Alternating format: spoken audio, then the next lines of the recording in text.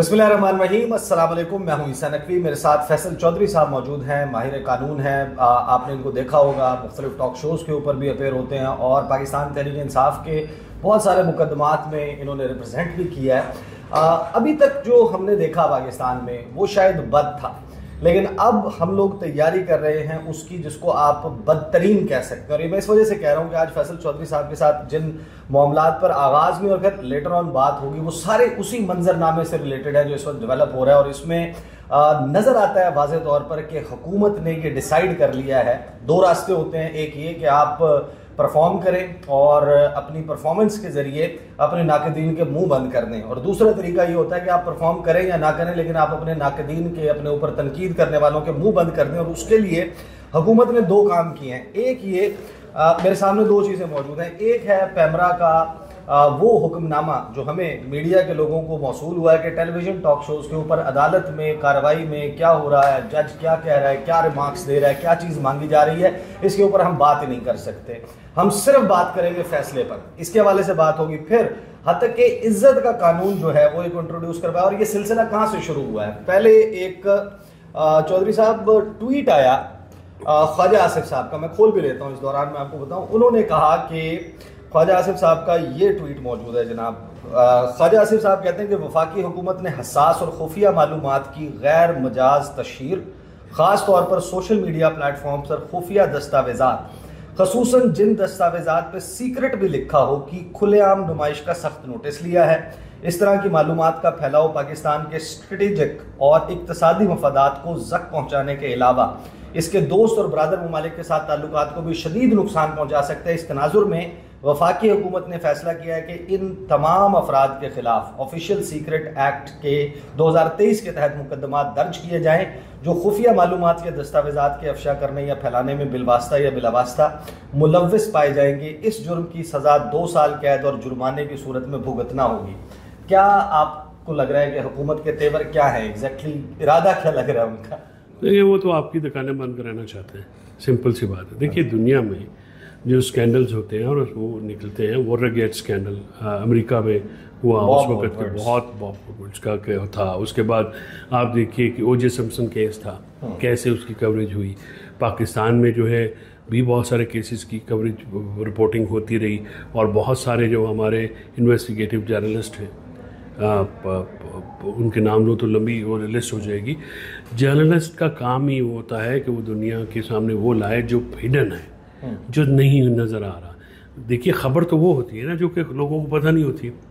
तो ख़बर का कारोबार चलता है इन्वेस्टिगेशन के ऊपर। अब आप ये कह रहे हैं कि यदि आप इन्वेस्टिगेशन ना करें, जर्नलिस्ट जो है वो अपनी स्टोरी जो है वो करे, लेकिन आप पब्लिश नहीं कर सकते वो इदारों के ऊपर। तो क्योंकि देखिए, इदारों के ऊपर तो हमारे यहाँ पे मसला ये है कि क्रॉस मीडिया ओनरशिप है और चंद सेठों का कब्ज़ा है, और ये कोई उसमें से 1-2 ग्रुप्स को छोड़ के जो कि प्रोफेशनल जर्नलिज्म करते हैं, बाकी जो है वो तो कारोबार को बचाने के लिए फ्रंट लाइन चैनल्स हैं। ऐसा ये ज़्यादा है। तो इन चीज़ों को आपने वहाँ पे तो गैग कर लिया। अगर सोशल मीडिया पे जो वीलॉगिंग करते हैं सहाफ़ी या जिनकी जो व्यूअरशिप है, आप देखिए लोग जो हैं, मैं एक देहाती एरिया से ताल्लुक़ रखता हूँ, फार फ्लंग एरियाज़ हैं, वहाँ पे भी लोग आपके वीलॉग सुनते हैं। उसकी वजह यह है कि इसमें ख़बर होती है, इसमें तज्ज़िया ऐसा बोल्ड तज्ज़िया होता है जो कि आपको मेन स्ट्रीम मीडिया पे नज़र नहीं आता। अगर आप इसको गैग करना चाहते हैं तो अब ज़माना गैगिंग का नहीं है। आप एक शख्स को गैग करते हैं, हज़ारों बोलना शुरू हो जाते हैं। इसीलिए दुनिया में, और ये एक कैथारसिस का ज़रिया भी होता है, और स्पेशली कैथारसिस वाला तो मामला ही ख़त्म हो गया ना जी। अब उन्होंने कह दिया कि हम तौहीन महसूस नहीं, तौहीन महसूस करें। देखिए, मैं तो इस बात पे बिल्कुल कैटेगोरिकल हूँ। मैंने तो हमेशा ये कहा है कि जो जज, जो जर्नैल, जो हुकूमती ओहदेदार अगर पब्लिक का क्रिटिसिज्म नहीं ले सकता तो फिर पब्लिक की टैक्सों से तनख्वाह भी नहीं लेनी चाहिए, और उसको कोई हक नहीं है कि वो पब्लिक ऑफिस होल्डर है। पब्लिक ऑफिस होल्डर ने बात सुननी है, क्रिटिसिज्म बर्दाश्त करना है, उसका जवाब देना है। अगर आपको बहुत बुरी लगती है वो चीज़ तो फिर आप इस चीज़ को छोड़िए, घर बैठिए। कभी किसी घर बैठे हुए शख्स के ऊपर किसी ने उंगली नहीं उठाई। दुनिया में एहतसाब होता है, जब एहतसाब के इदारे फेल हुए तो फिर लोगों ने खुद करना शुरू कर दिया। लोग बात करते हैं, बात करने से आपकी अथॉरिटी एरोड होती है, जो ताकतवर होता है उसके सामने सवाल उठाने से उसकी अथॉरिटी को ज़िक पहुंचती है और इसी वजह से उनको दर्द होता है। लेकिन ये हमारे नबी पाक का भी सुन्नत भी है, हुक्म भी है, और उसके बाद ये कानून भी हमारा ये कहता है, हमारा आइन भी ये कहता है, हमारा दीन भी ये कहता है कि सवाल तो करेंगे। अच्छा, बिफोर मैं इस पे नेक्स्ट क्वेश्चन से पहले दो चीज़ें मैं आपको बता दूं कि ये जो हुकूमत जो ये सब कुछ कर रही है और ख्वाजा आसिफ साहब जो ये कह रहे हैं कि इस तरह के दस्तावेज़ात जिनके ऊपर टॉप सीक्रेट लिखा हो, इसके हवाले से बड़ी आसान सी बात, मैंने इसके ऊपर वीडियोस भी की थी, उस वक्त बताया भी था कि ये वो हुकूमत है, जब इनकी पीडीएम सीज़न 1 चल रहा था तो 26 नवंबर को जो इमरान खान ने लॉन्ग मार्च लेकर रावलपिंडी आना था, उस वक्त राना सनाउल्लाह साहब ने और उनकी मिनिस्ट्री ने कुछ डॉक्यूमेंट्स खुद जिनके ऊपर टॉप सीक्रेट लिखा हुआ था मीडिया को लीक किए थे, जिनमें ये लिखा, वो अब डॉक्यूमेंट के अंदर जो मवाद है वो सच था या नहीं अलग बात है, लेकिन टॉप सीक्रेट लिखा हुआ था, बनवाया गया था या क्या, लेकिन उसमें था कि जनाब जो तालिबान हैं उनके आने के बाद और उनके टेक ओवर कर लेने के बाद और इनखला के बाद अमरीकी अफवाज के अफ़गानिस्तान से दाइश के, टीटीपी के, अलकायदा के मिलिटेंट्स इस रावलपिंडी इस्लामाबाद पहुंच चुके हैं और वो रैली को निशाना बना सकते हैं। अब उसका मकसद क्या था सबको मालूम है, लेकिन हुकूमत जो खुद सीक्रेट डॉक्यूमेंट्स मीडिया को लीक करती हो, जिस हुकूमत की बैठी हुई एक मिनिस्टर वो मीडिया को एक मुअज़्ज़िज़ जज के ख़त भेज कर कहे कि ये ज़रा हाईलाइट कर दें क्योंकि ये उमरता बंदयाल के ख़िलाफ़ हैं, तो फिर वो हुकूमत किस मुंह से हमारे ऊपर ये पाबंदियां लगा सकते हैं। और फिर जो मेंशन किया वाटरगेट स्कैंडल का, अगर आप उसको पढ़ें, बॉब वुडवर्ड और फिर all the president's man book America की बेस्ट सेलर बन गई, उसके ऊपर फिर उसका सीक्वल लिखा गया, उसका प्रीक्वल के ऊपर बात की गई और उस बेसिस के ऊपर अमरीकी सदर जिसको दुनिया का ताकतवर तरीन शख्स कहा जाता है उसको रिजाइन करना पड़ा। जो सोर्स था उसको डिस्क्लोज नहीं किया। 2005 में आके वो सोर्स जो है उसकी फैमिली ने एक मैगजीन के सामने क्लेम किया, वो FBI का डायरेक्टर था और एक पोर्नोग्राफिक मूवी के टाइटल के ऊपर उसने उसका नाम रखा हुआ था, जो मैं यानी कि यहाँ पर दोहराऊंगा भी नहीं। लेकिन आप ये बताइए कि जो पाकिस्तान तहरीक इंसाफ है, इस कानून के आ जाने के बाद क्या ये मुमकिन है तहरीक इंसाफ के लिए कि मरियम नवाज साहिबा, अभी तो उनको इस कानून में कि ये जनाब कॉन्स्टिट्यूशनल पोजीशन पे बैठी हुई इनके खिलाफ नहीं हो सकता, लेकिन जब मरियम नवाज नहीं थी चीफ मिनिस्टर, पिंकी पेरनी, फरा गोगी, ये जो अलकाबात उन्होंने बार बार बोले थे, क्या इसके ऊपर तहरीक इंसाफ हक़ इज़्ज़त कानून का इस्तेमाल करते हुए केस कर सकती है? देखिए, कानून तो हक़ इज़्ज़त के ऑलरेडी मौजूद हैं, PPC में भी हैं, क्रिमिनल लॉ भी हैं, क्रिमिनल डेफेमेशन ऑर्डिनेंस 2002 का भी है, 12 का भी है।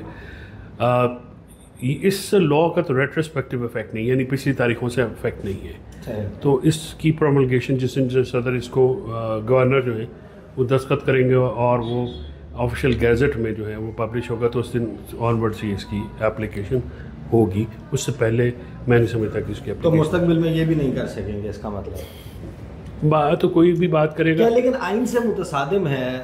चैलेंज ये होगा, आर्टिकल 8 ये कहता है कि बुनियादी हकूक से मुनाफी अगर कोई लेजिस्लेशन होती है तो आप उसको चैलेंज कर सकते हैं। ये लेजिस्लेशन जो है ये डेफेमेशन नहीं है, ये गैग करने की कोशिश है। यानी आप बिल्कुल आप कानून बनाइए, आप अगर एक कानून बनाते हैं उस कानून में ये कहते हैं कि कानून शहादत एप्लीकेबल नहीं होगा, तो क्या होगा फिर? कानून शहादत वो चीज़ है, वो कानून है जो कि जिसके ज़रिए जुर्म साबित किया जाता है। तो आपने अपने लिए तो कॉन्स्टिट्यूशनल ओहदे आपने गिनवा दिए वहाँ पे। मुझे ये बताइए, क्या पाकिस्तान में कोई अनकॉन्स्टिट्यूशनल इदारा काम कर सकता है? ज़ाहिर नहीं कर सकता। कॉन्स्टिट्यूशनल इदारा, उस इदारे में काम करने वाले लोग जो हैं वो अनकॉन्स्टिट्यूशनल तो नहीं है।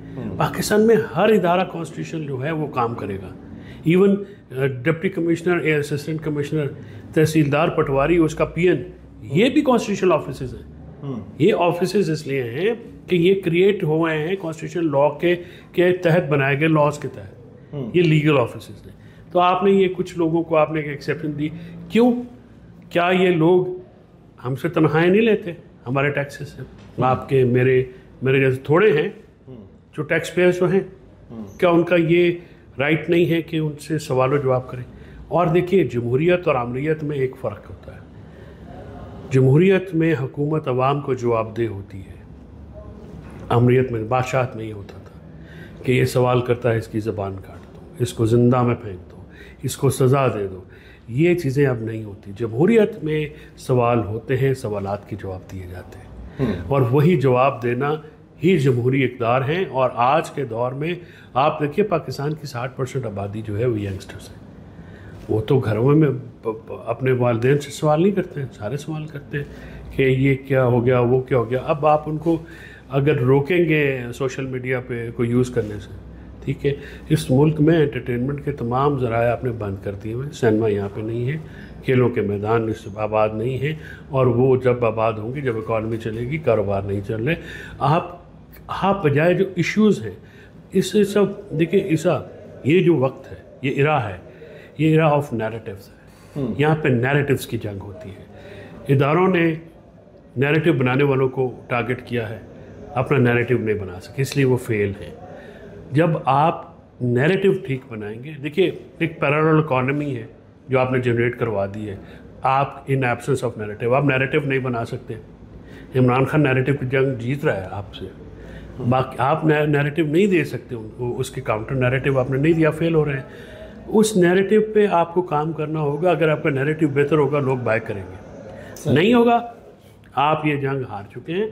तो आप जो दूसरे जो लोग हैं उनको जो है तहे तय करके या कानून के भेंट चढ़ा के आप ये जंग नहीं जीत सकते। आप नैरेटिव बनाएं और नैरेटिव के ज़रिए चीज़ जीतें।